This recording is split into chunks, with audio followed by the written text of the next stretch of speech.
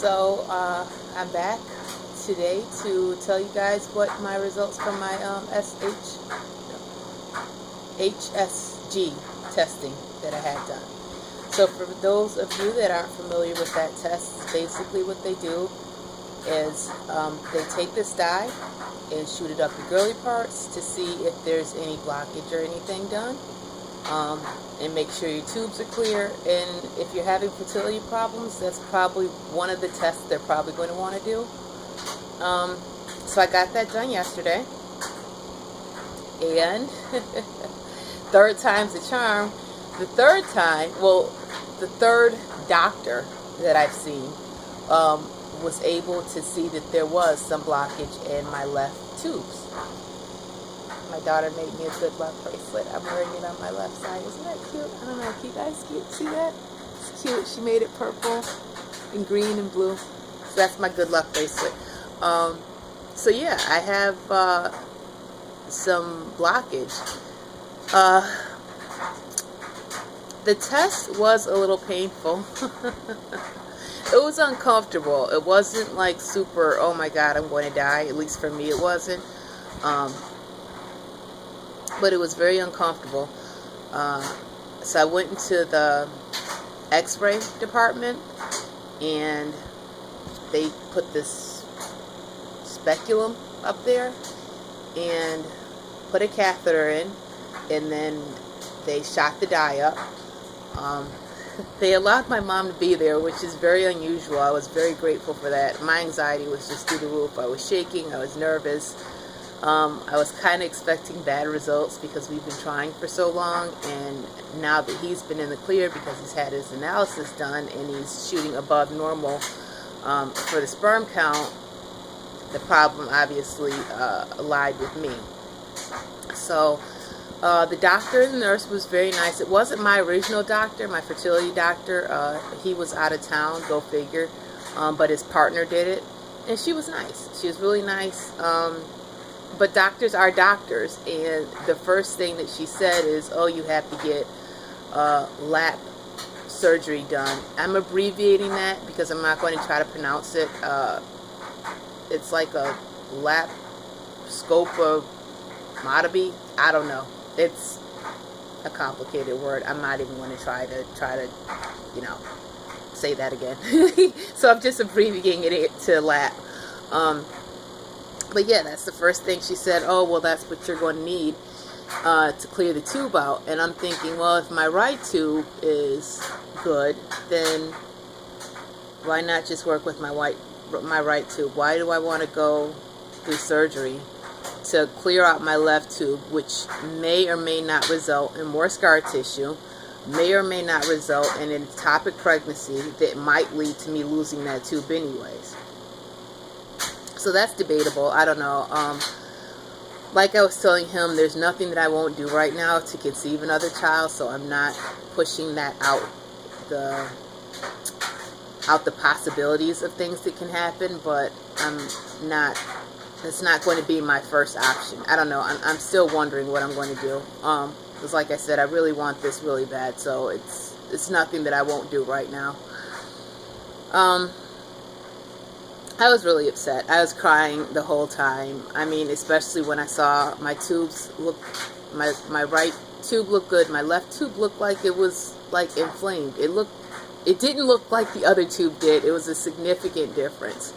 I was a little upset. I was very upset. I was very, very upset. I was very upset. I was very emotional. I probably could have used a tranquilizer, but didn't. So like I said, I'm trying to keep this as natural as possible. My whole end game throughout this process, and hopefully over the next 3 or 4 years, is to become totally organic, which is a process. I can't do that all at once. I'm not going to lie. I really do enjoy cheeseburgers. And I'm not looking forward to giving that up. But I am making steps. I am slowly converting over to a more organic diet, a more natural diet. But it's going to take time, and obviously going organic is not cheap. It's not cheap. So it's going to take time for me to do. But that's what the testing was. So previously to that, if you see my other videos, I did try to do the castor oil pack. You have to keep up with that, like the Vitex. It's like knowledge is power, guys. I mean, it's research on top of research on top of research. You have to be your own advocate. You have to do your own research, because doctors are just going to say, oh, do IVF. Like, that's what she's like, well, you might have to do IVF. And I'm like, well, that's an option, but not my best option right now. There's other options. There's other avenues that we're going to take before we do that. We've already talked about the IUI, which is what we're on the journey to doing. But they're just quick to get more money out of you. And listen, like I said, I have credit cards, and they're getting they're getting used pretty frequently with this process. So anyways, that's what I'm doing. I am doing the castor oil packs again. I will show you. I am using this castor oil. Anything that's, I just had it next to the heater because I'm cold. Any cold press organic castor oil is supposed to be good for this process. You can use flannel. Now, I used flannel the first 2 days, and then I'm like, it seemed like I was wasting so much oil just soaking up that flannel, that I'm just like, I'm not going to use it, because really there's really no purpose other than the flannel just not making a mess. Like, it's supposed to be less messy than you just putting it on your stomach. So I've just been rubbing the castor oil on my stomach, doing a fertility massage. There's a lot of videos out there. You know, when I'm laying down, because I do it twice a day, I'm just doing whatever feels good. If I feel a little discomfort in my left side, which I have noticed over the past few days, I'm just paying more attention to that and massage that out. The whole idea is to increase blood circulation and to try to loosen up stuff. So that's what I'm doing, not going in any particular motion. Some people say counterclockwise, some people say clockwise. You know, all that I think is minor compared to the main process, which is the castor oil seeping into your skin. I'm also using, now I did go out, I don't know if you see my other video, I said I wasn't going to go out and buy a hot water bottle. I did. I mean, because like I'm already in it deep, so what's the extra $10? I got a heating pad. This is messy because, like I said, I'm just using the castor oil on top of this. And this is there even a name on here? Come on. Okay. I'm using Conair. Why did I pick Conair? One, because it's extremely cheap and it doesn't get that hot. It's only got one setting, which is off and on. And I'm able to use this on top of the oil and relax with it and it not burn. That's what I'm doing. I don't know. I guess I could have splurged and got a more expensive one. But really, this is like a moderate heat, which is good for me. And I just lay down with this. They say, like, there's so many different variations. I guess in between 15 and 2 hours, I've been doing about an hour and a half. Once in the morning, once at night. And doing that. And then every 15-20 minutes, I'll take the pack off and I'll just massage it. And I love the way my skin feels with this castor oil. So that's what I'm doing. I'm doing the castor oil. I'm doing it twice a day. I'm going to do it up until ovulation. And then I'm thinking about adding the progesterone cream. I don't know, after ovulation. That I'm still wondering about because I'm still doing the Vitex. I did add maca to my diet. My hubby, boyfriend, whatever. I hate labels. Like, what's up with labels? I'm just going to call him James from now on, because labels, they're just so insignificant right now. So James is doing the maca, which he loves doing. He's not going to stop. He says he enjoys it. And I'm also adding the maca into my diet. And I'm using the pills because the powder is disgusting. I mean, it's horrible. I'm not doing that. And I already do like a smoothie anyways. So that's what I'm doing. I'm doing the fertility massage, the castor oil, the Vitex, the maca, multivitamins, which is my Geritol. I'm probably leaving something out. It's like you're taking too much stuff, but I'm not, though. I don't think I am. I mean, it's really not that much. And that's it. That's what I'm doing. So hopefully this will work. It doesn't hurt as much as when I was doing it before. The first day I started doing the castor oil and was massaging that side, that I knew it in the back of my head something was wrong, but you know, we're in denial. I was in denial anyways. And I decided to deny that was the problem. Like, you know, oh, it's just ovulation pains, or, you know, that side just gets used more often.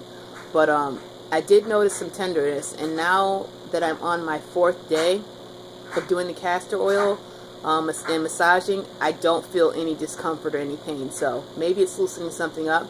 There are people that say on some of the forums that I'm on that say that doing the HSG does in effect contribute a little bit to increasing the chances of you getting pregnant. That's shouldn't be your first reason in doing it, but I don't know, I guess there's positives and negatives to everything you do in life. And I'm trying to be positive. I really am. I'm trying to really look at the blue side, you know, and the good side of everything that we're going through, and all these things that we're trying. So I'm trying to stay positive. You guys are helping me, which is super awesome.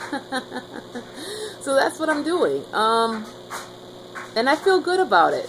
But see, I have to feel good every single cycle, don't we? Like, it's going to happen. It's going to happen. Yeah, it's going to happen this cycle. It's going to happen. We'll see.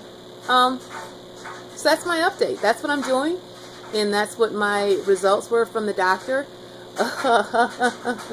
Everyone kept asking me, are you okay? Are you okay? I was just like beyond words. I tried to make a video yesterday, but it was not pretty. I was just horrible. My eyes were red. My hair was a mess. And I just didn't feel like making a video yesterday. So I am doing it today. So it's a day late, but you know, not a month or anything. So that's what I'm doing. And I feel good about it. I do. I feel good about it. And I'm hoping everything works out. And I know you guys are hoping for me. I'm hoping for every one of you guys that are going through this. And hopefully everyone gets their BFP. We're all of us that are watching this, we are trying so hard to conceive this child or our future children that we are going to be awesome parents. I mean, I'm not saying that people that don't try, but, you know, will be bad parents. But I think the ones that really, really, really know what the struggle is, we value our children just that much more, or the prospect of having children that much more. So I feel good today. That's my update. All right, I'll keep you guys posted. Bye.